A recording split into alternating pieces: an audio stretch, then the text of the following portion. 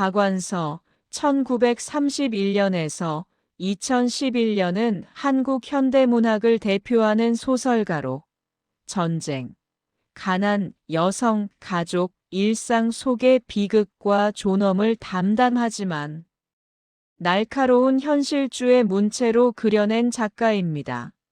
특히 한국 전쟁의 상흔과 여성의 삶, 중산층의 위선과 허위의식을 집요하게 탐구한 작품들로 평가받습니다. 생애 계관. 출생 1931년 경기도 개풍군. 사망 2011년. 학력 서울대학교 국문과 재학 중 한국전쟁으로 중퇴. 등단 1970년 여성동화 장편소설 남옥. 40세에 등단한 늦깎이 작가로 이후 왕성한 창작 활동을 통해 한국 문학의 중심 작가로 자리매김함. 문학 세계의 핵심 특징. 한국 전쟁의 체험 문학. 박완서 문학의 출발점은 전쟁 체험입니다. 오빠의 전사. 피란 생활의 참혹함. 전후 사회의 도덕적 붕괴. 이러한 경험은 개인적 비극을 넘어 역사의 폭력성과 인간 존엄의 붕괴를 고발하는 문학으로 확장됩니다. 대표작 남옥. 그 산이 정말 거기 있었을까? 여성의 시선과 생활 세계. 박완서는 거창한 영웅이 아닌 주부, 어머니, 며느리, 딸 같은 생활 속 여성의 시선으로 세계를 바라봅니다. 가부장제의 억압, 여성의 침묵과 분노, 희생을 미덕으로 강요받는 여성상에 대한 비판. 대표작 서 있는 여자, 아주 오래된 농담. 중산층의 위선과 허위의식 폭로. 박완서는 전후 한국 사회의 중산층을 예리하게 풍자합니다. 도덕을 말하지만 이기적인 인간. 교양을 가장한 탐욕. 체면을 위해 진실을 외면하는 태도. 대표작 휘청거리는 오후, 목마른 계절. 일상어 문체의 힘. 화려하지 않은 문장. 대화체에 가까운 자연스러운 서술. 담담하지만 깊은 울림. 쉽게 읽히지만 매우 깊은 문학이라는 평가를 받음. 주요 작품 정리. 장편소설. 남옥 1970 전쟁과 예술, 인간의 상처. 휘청거리는 오후 1977 중산층의 허위. 목마른 계절 1978 전후 사회의 도덕적 갈증. 서 있는 여자 1985 여성의 자아인식. 그 많던 싱아는 누가 다 먹었을까? 1992 유년 시절 회고. 그 산이 정말 거기 있었을까? 1995 전쟁 체험의 문학적 증언. 아주 오래된 농담 2000 가족과 위선에 대한 풍자. 단편집. 부끄러움을 가르칩니다. 엄마의 말뚝. 도둑맞은 가난. 문학사적 의의. 전쟁 문학의 새로운 방향 제시. 영웅. 이념 중심에서 개인의 일상적 상처. 여성 서사의 확장. 여성 문제가 아닌 보편적 인간 문제로 확장. 생활 속 리얼리즘의 정점. 사소한 일상에서 사회 구조의 모순 포착. 박완서 소설은 여성의 희생을 미화하지 않는다. 박완서 소설은 전쟁의 비극을 개인의 삶을 통해 형상화한다. 한 줄 정리. 박완서 문학은 역사 앞에 선 평범한 인간의 존엄을 끝까지 놓지 않은 문학이다. 상세 설명. 대한민국의 소설가. 한국의 현대문학을 대표하는 거장 중 한 명이다. 1931년 경기도 개풍군 청교면 묵송리 박적골에서 반남 박씨 집안의 일남 일녀 중 둘째로 출생했다.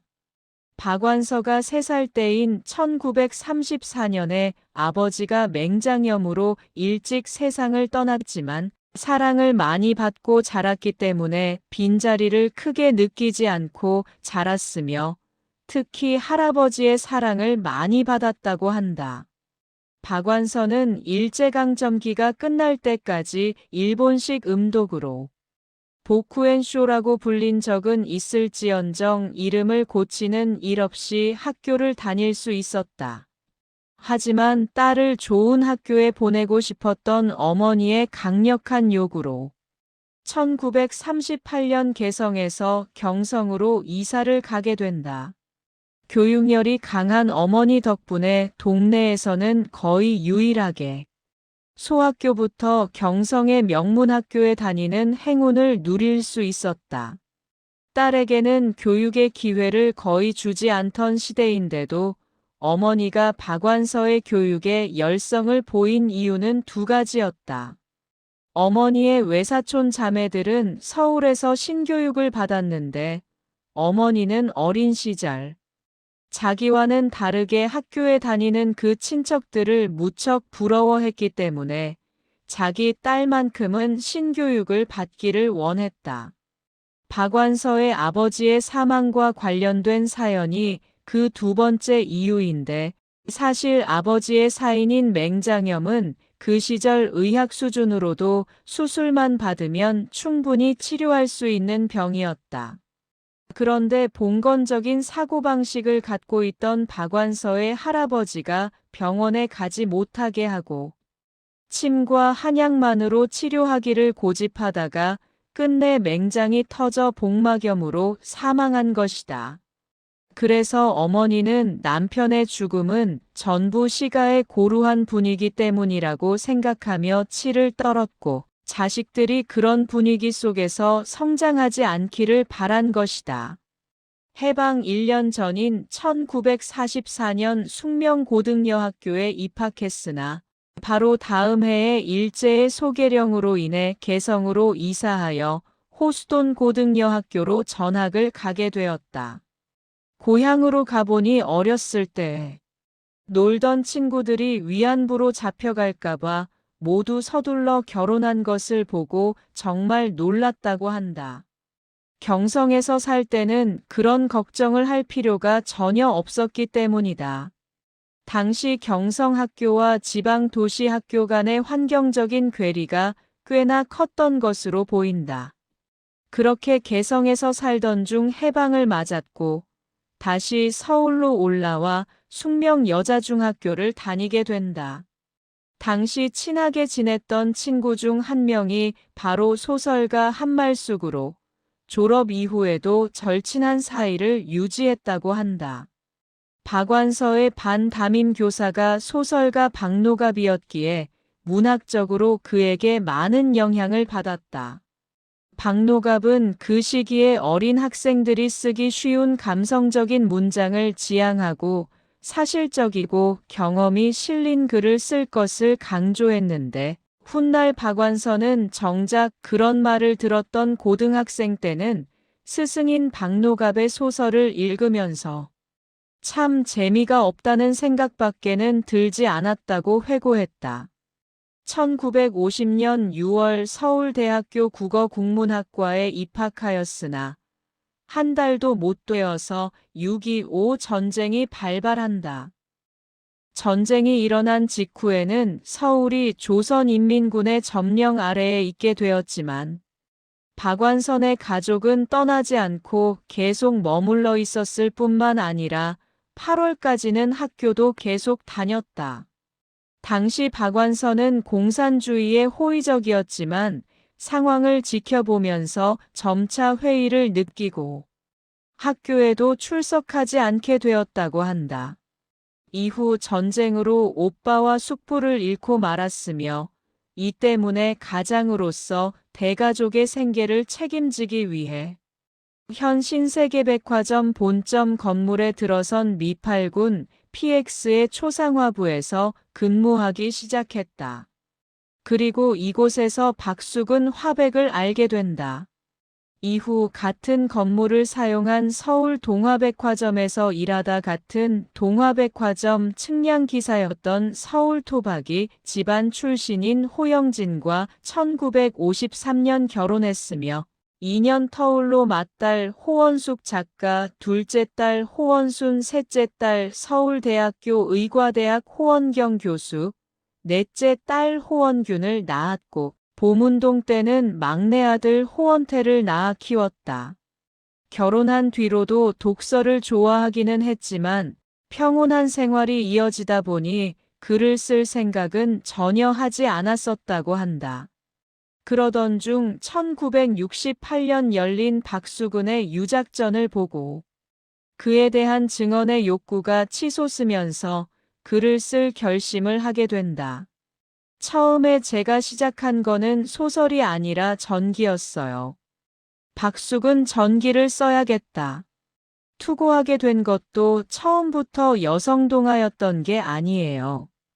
여성동화에서는 7월 달에 여류장편 소설 마감이 있고 또 신동화가 있지요. 지금은 교양지도 많지만 그때 신동화가 아주 고급 교양지였습니다. 거기서는 논픽션 공모를 했어요. 그것이 5월이 마감인데 이듬해 1969년이었을 거예요. 논픽션은 기럭지가 길지 않아요.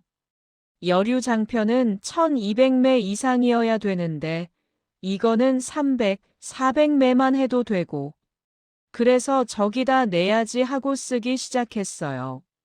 써보려고 하니까 그 사람에 대해서 아는 게 너무 없는 거예요.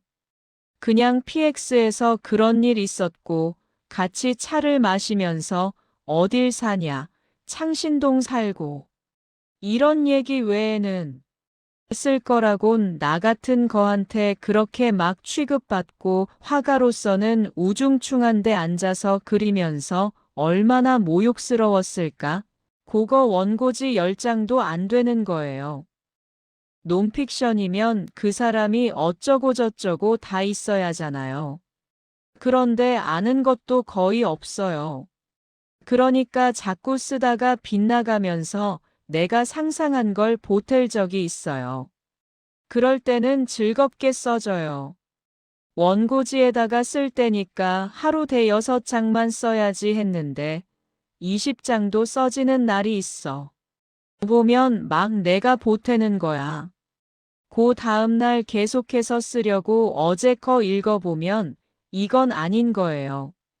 진짜만 추리고 나면 뼈대만 남고 말보다는 거짓말을 보태니까 잘 써진다 싶어요. 거짓말을 시키는 게 내 소질이라는 걸 느꼈어요. 그때는 생각도 못했지만 조금 어려운 말로 하면 상상력이죠. 사실에다 상상력을 보태야지 사실의 뼈대만 갖고 쓰는 건 난 도저히 재미가 없구나. 그런데 만약 논픽션에 냈는데 사실이 아니라고 밝혀지면 당선이 됐다가도 취소가 되는 거 아니에요?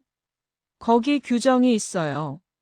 논픽션이라는 말 자체가 그렇잖아. 그러면 허가받은 거짓말이라는 건 뭐냐? 픽션이 나에게 맞는구나. 아, 거짓말을 보태니까 이렇게 즐겁고 쓰는 게 즐거워야 되잖아요. 그래 갖고 쓰던 걸 아주 파기를 해버렸습니다. 다행스럽게도 날짜도 좋더라고.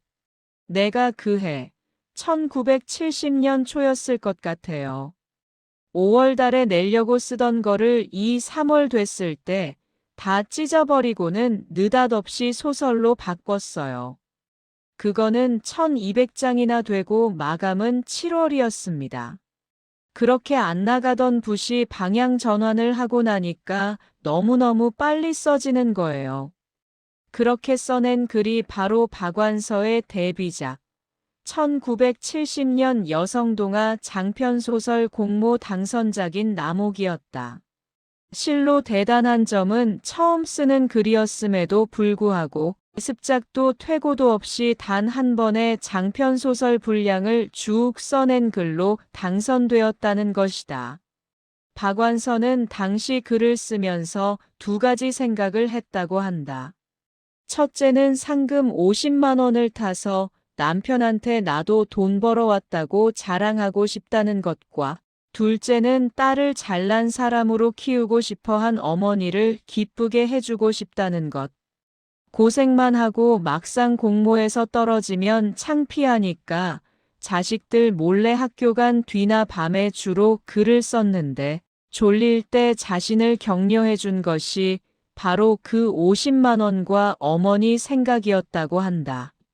박완서는 그때까지만 해도 부끄러운 기억이었던 PX 생활이 오히려 작가로서 이름을 얻을 수 있게 해주는 등 자신에게 좋은 것들을 많이 가져다 준 것 같다고 말했다. 이후 다양한 작품을 왕성하게 발표했다. 전쟁 당시의 상황을 다룬 남옥과 목마른 계절, 중산 삶을 다룬 도시의 흉년과 휘청거리는 오후 등의 작품을 비롯해 억압받는 여성 문제를 다룬 살아있는 날의 시작, 서 있는 여자나 그대 아직도 꿈꾸고 있는가, 추리소설의 기법으로 씌어진 욕망의 응달, 독립투사와 친일파의 자손 문제를 다룬 오만과 몽상, 자신의 인생을 소재로 한 자전적 소설이자 대표작인 그 많던 싱하는 누가 다 먹었을까와 그 산이 정말 거기 있었을까 등을 발표했다.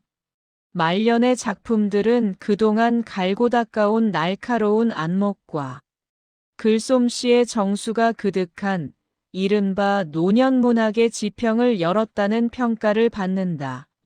1980년 그 가을의 사흘 동안으로 한국문학작 가상을, 1981년 엄마의 말뚝 1호 이상문학상을, 1990년과 1991년 미망으로 대한민국문학상과 이산문학상을, 1993년 중앙문화대상을, 같은 해에 꿈꾸는 인큐베이터로 현대문학상을, 1994년 나의 가장 나종 진이인 것으로 동인문학상을, 1995년 환각의 나비로 한모숙문학상을, 1997년 그 산이 정말 거기 있었을까로 대산문학상을, 1999년 너무도 쓸쓸한 당신으로 만해문학상을, 2000년 인촌상을, 2001년 그리움을 위하여로 황순원문학상을,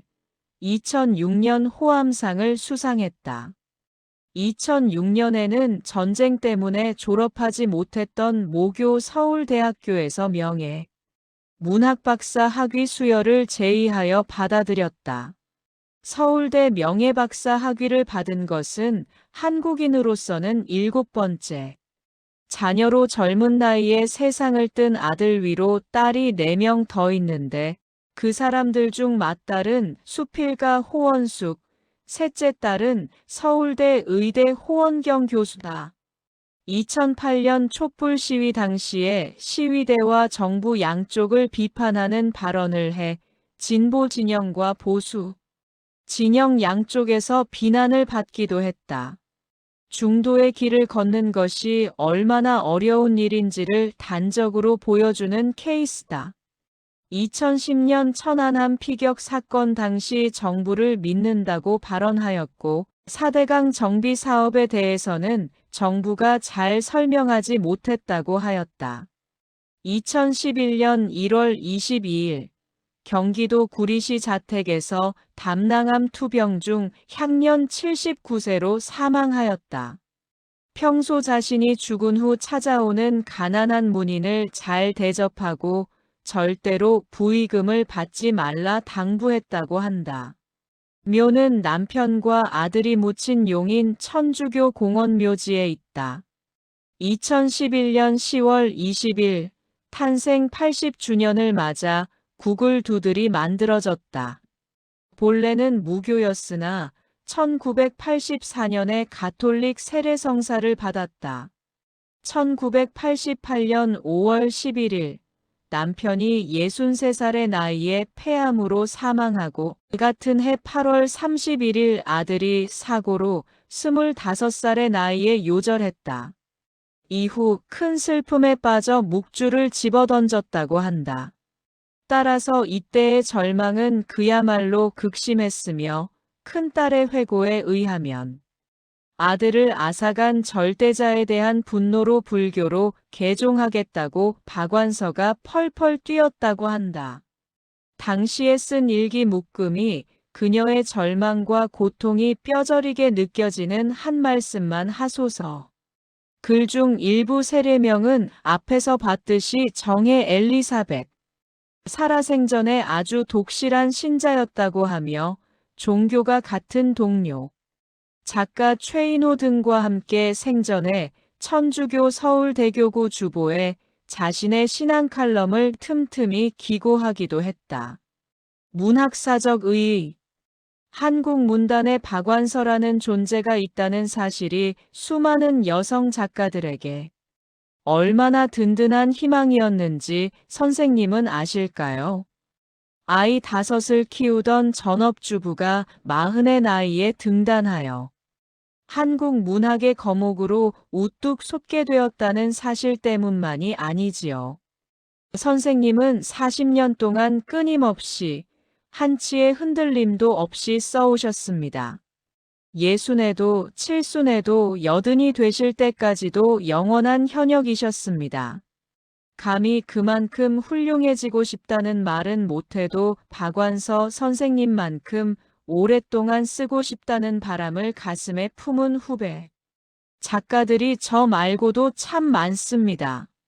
재미와 뼈대가 함께 있는 주옥 같은 소설들을 읽게 해주셔서 정말 고맙습니다. 박완서라는 크고 높고 따뜻한 그 산이 정말 거기 있었음을 잊지 않겠습니다. 그 산골짜기를 흐르던 시냇물과 산새들의 지저귀임, 또르르 발밑을 굴러가던 도토리의 빛깔을 오래오래 기억하겠습니다. 남성 중심으로 이루어진 문학사 쪽에서 여성 문학의 시대를 본격적으로 선언한 작가라고 여겨도 무방하다. 물론 그녀 이전에 여성 문학가가 없는 건 아니지만 현재 왕성하게 활동하고 있는 은희경, 공지영, 배수아, 김애란, 김숨, 황정은, 편혜영, 신경숙, 한강 등 여성 문학가들의 등장이 이루어지기 전의 시대에는 월등히 여성 문학가보다는 남성 문학가의 활약이 두드러졌다. 자전적인 세계의식이 문학에 녹아들어간 남옥으로 등단한 이후 그녀는 남편과 아들이 사망하였을 당시에 잠시 절필했던 때를 제외하고 매년 쉬지 않고 집필 활동을 했다. 박완서의 글은 자전적인 체험의식을 바탕으로 해서 쓰인 것으로 유명하다.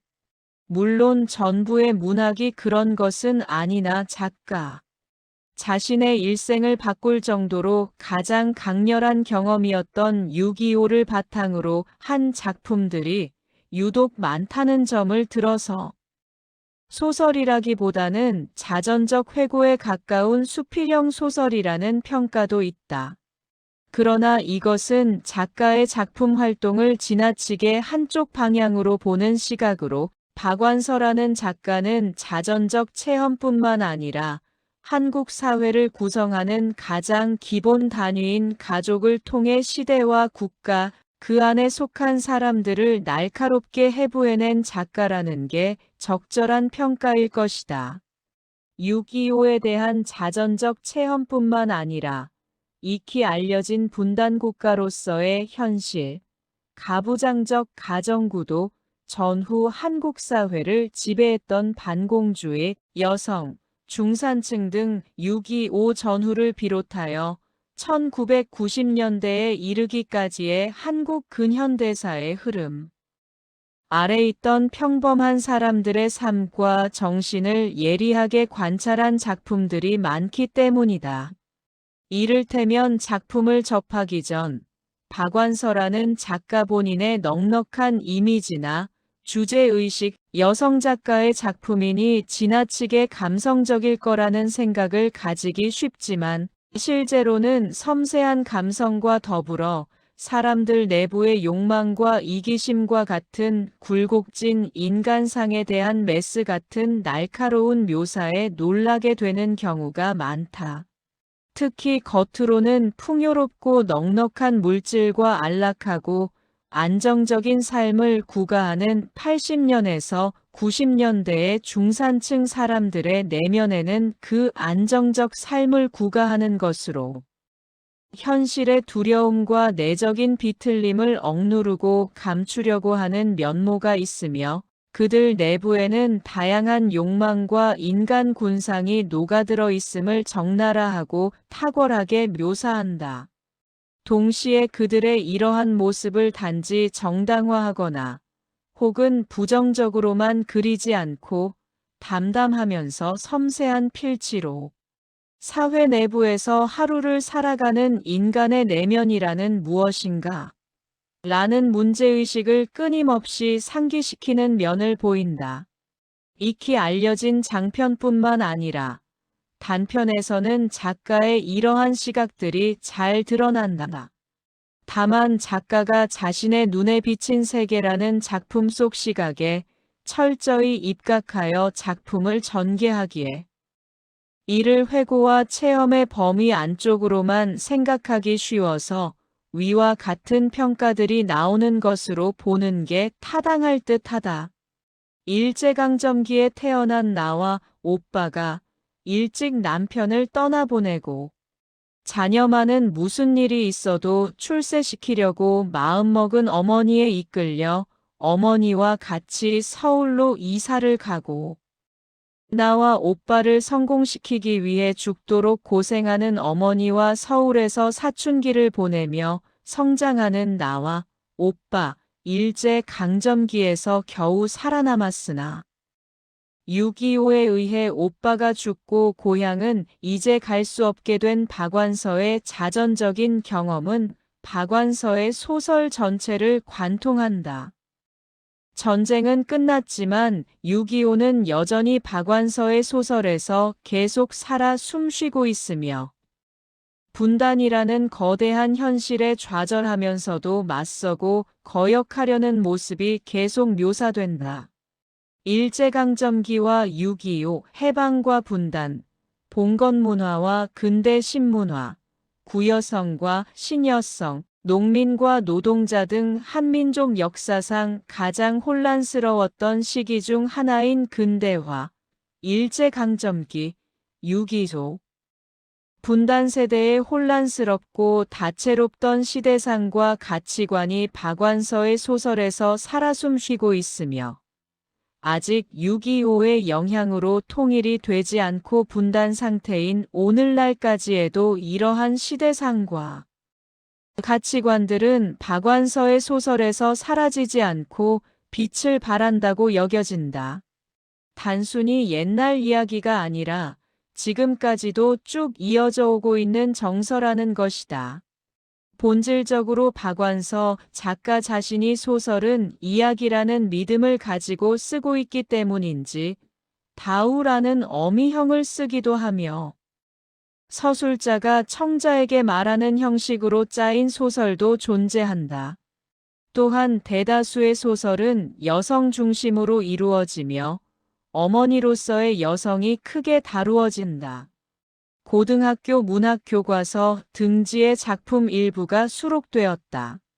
정작 박완서 작가는 생전에 자신의 작품이 교과서 등지에 인용되는 것을 썩 달가워하지 않았다. 정확히는 이른바 수능, 진학 문제풀이의 용도로 작품의 이해 없이 이용되는 것을 경계한 것. 오죽하면 자신의 작품을 칼로 잘리는 것 같다는 투의 발언도 한 적이 있다. 비슷한 사례로 김영하와 이회수가 있다. 이회수는 자신의 작품을 문제로 낸 것을 풀어봤는데 맞는 답이 거의 없었다고. 여담.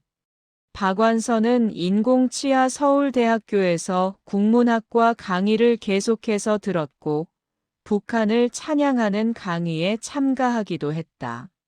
그런데 그녀를 완전히 바꾸는 사건이 있었으니 아버지 없이 커온 그녀에게 머리도 좋고 공부도 많이 해 영웅이었다고 회고할 만큼 그녀의 우상이었고 각별했던 친오빠가 북한의 의용군에 끌려가는 변고를 당했다.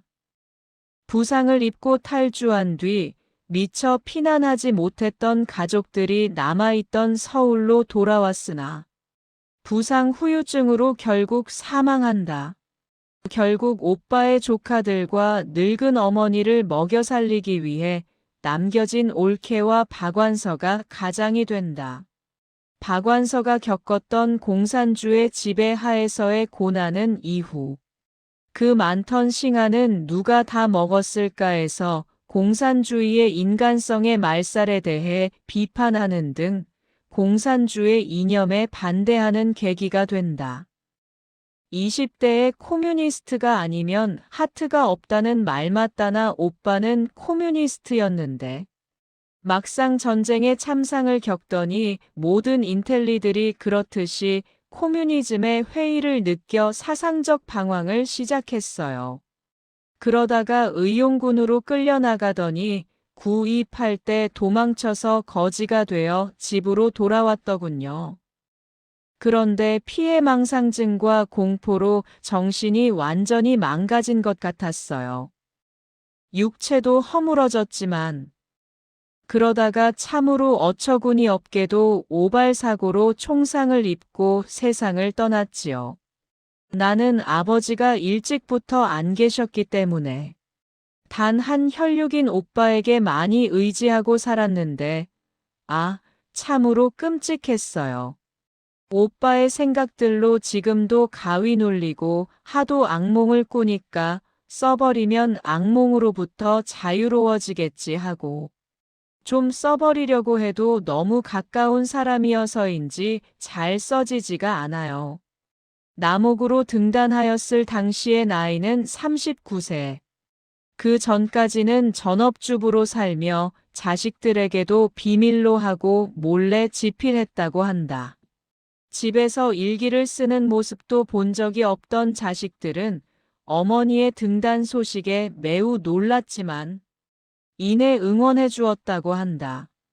당시 원고를 받았던 기자도 40세의 전업주부가 이런 작품을 썼다는 것을 믿지 못해 직접 찾아와 본인이 썼는지 증명하라고 해 집필 당시 적어둔 메모 등을 보여주어 증명했다고 한다. 초기 박완서의 작품은 극단적으로 6.25가 배경인 것이 많다. 남자가 잘 없는 모계 중심의 가정인 경우도 꽤나 흔하다. 6.25 전쟁 당시 박완서가 겪었던 경험, 즉 오빠의 죽음과 남겨진 가족들에 관한 이야기는 그녀의 대표작 엄마의 말뚝에서 형상화되었다. 작품 속에 그녀의 진짜 이야기라고 할 만큼 특유의 경험이 그대로 실려 있으며 특히 오빠의 죽음과 배경 설명이 거의 그대로다. 그런데 소설 속에서 서술자의 오빠는 가족들이 보는 앞에서 죽는다. 이외에도 박완서의 작품은 몇 가지 주제로 나눌 수 있다. 상술한 6.25 전쟁 전후 소설과 가족의 죽음, 미군에 의한 양갈보 문제와 성상품화 비판을 다룬 소설, 중산층이 화자로 나와서 이들의 속물성과 허물을 거론하고 물질 만능주의적 세상을 비판하는 내용이 주를 이룬다. 이외 모성애, 여성주부의 고달픔, 생명의 소중함, 민주화 등으로 나눌 수 있다. 풀이 좁다면 좁다고도 할 수 있는데 이는 자전적 소설이라는 박완서의 소설 특징 때문일지도 모른다. 출판사 쪽에서는 근래 보기 드문 성실한 작가로 소문났다. 특별한 이윤을 취하지 않는 작가로도 알려졌다. 물론 과도한 인쇄를 요청한 모 작가 때문에 더욱 두드러지는 이야기이겠지만 네임밸류에 비하면 과도한 인쇄 요청은 잘하지 않고 오히려 지필에 신경을 썼기에 출판계에서 평이 좋았다. 경기도 구리시 인창도서관의 박완서 기념관이 마련되어 있다. 구리역에서 멀지 않으므로 평소 박완서에 대해 관심 많은 사람들은 찾아가기 좋기는 하지만 정말 볼 게 없다. 하다못해 흔한 시청각 자료도 운영치 않고 있다. 그냥 친필 원고 몇 개랑 책 전시 몇 개가 전부. 기념관을 더 알차게 꾸며서 운영했으면 하는 바람. 그 나이 작가로는 드물게 일찍부터 워드 프로세서로 작업했던 작가이기도 하다. 가수 이적과도 인연이 있다. 중학교 3학년이던 이적이 용돈을 군것질에 몽땅 탕진하고 어머니께 이를 무마하고자 시 한 편을 집필했는데 그의 어머니가 이를 보고 감동하여 이 시를 다시 박완서에게 보내었고 그녀도 중학생이 어떻게 이런 시를 썼냐며 감탄했다고 한다. 2010년대 후반 들어 대학교 대나무 숲의 가난을 간증하거나 가난이 스펙이다라고 말하는 등의 망언이 올라오는 경우가 종종 있었는데 이에 대해 박완서의 도둑맞은 가난의 문구가 올라와 일침을 가하곤 한다. 부자들이 가난을 탐하리라고는 꿈에도 생각 못했다. 빛나는 학력, 경력만 갖고는 성에 안차 가난까지 훔쳐다가 그들의 다채로운 삶을 한층 다채롭게 할 에피소드로 삼고 싶어 한다는 건 미처 몰랐다. 모든 것을 빼앗겼을 때도 느껴보지 못한 깜깜한 절망을 가난을 도둑맞고 나서 비로소 느꼈다. 선배 작가 박경리와 친분이 깊어서 박경리의 장례식에서 울면서 조사를 읽었다. 하지만 처음부터 친했던 것은 아니다. 등단하고 얼마 후 박경리와 알게 되었지만 같은 세대인데도 쉽게 친해지지 못했다. 자신은 막 등단한 신인인데 박경리는 이미 유명한 작가라 함부로 다가가기 어려운 대상으로 느꼈다고 한다. 그런데 남편과 아들을 연달아 잃고 슬픔에 빠져 집에서만 지내던 때 친분이 있던 출판계 인사들이 찾아와 싫다는 사람을 잡아 끌고 다짜고짜 강원도 원주에 있는 박경리 집으로 데려갔다. 그 무렵 다른 사람들은 박완서를 보면 을의 위로의 말을 건네곤 했는데 극심한 절망감에 빠져 있던 박완서는 그런 위로의 말이 너무 싫었다. 하지만 박경리는 어설픈 위로의 말 같은 건 하지 않고 직접 농사지은 채소로 밥을 차려주며 많이 먹으라는 말만 했다. 박완서는 그런 박경리의 태도에 오히려 큰 위로를 받아 울면서 밥을 먹었고 그 후로 친한 사이가 되었다. 다른 문인과의 교류도 상당히 잦고 정부와 문인협회 등에서 보내주는 여행 등에 자주 참석한 것으로 추정된다. 구리 아치울 마을에 있는 집을 공개한 적이 있다. 노란색 집이라 특이한 색이 더욱 주목받았다. 이 집은 후에 맏딸인 호원숙이 물려받았다. 박완서는 생전에 아치울 마을이 고향인 개성과 닮았다고 말했다. 스스로를 아침형 인간이라고 칭했다. 새벽에 일찍 일어나고 저녁 일찍 잠을 청했다고 한다. 꽃을 가꾸는 것을 좋아했다고 한다. 자신의 집에 꽃이 100가지가 넘는다고 자랑한 적도 있다고. 글이 쓰이지 않을 때는 차를 마시거나 군것질을 했다고 한다. 딸들의 옷을 직접 만들어줬다고 한다. 옷도 개성이 있게 디자인해줬다고.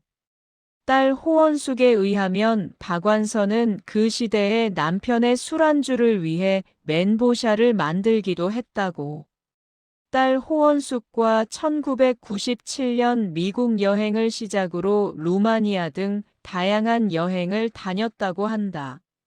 하이파이브 영화에 박완서라는 캐릭터가 나오는데 감독이 소설가 박완서에서 따온 게 맞다고 인정했다. 감독이 박완서 작가의 소설을 좋아해서라고. 막내 아들 별명은 만두 박사라고 한다. 딸 호원숙에 의하면 첫 아이 가질 당시 섭산적을 해주셨다고 한다. 끝. 구독, 좋아요는 무료입니다.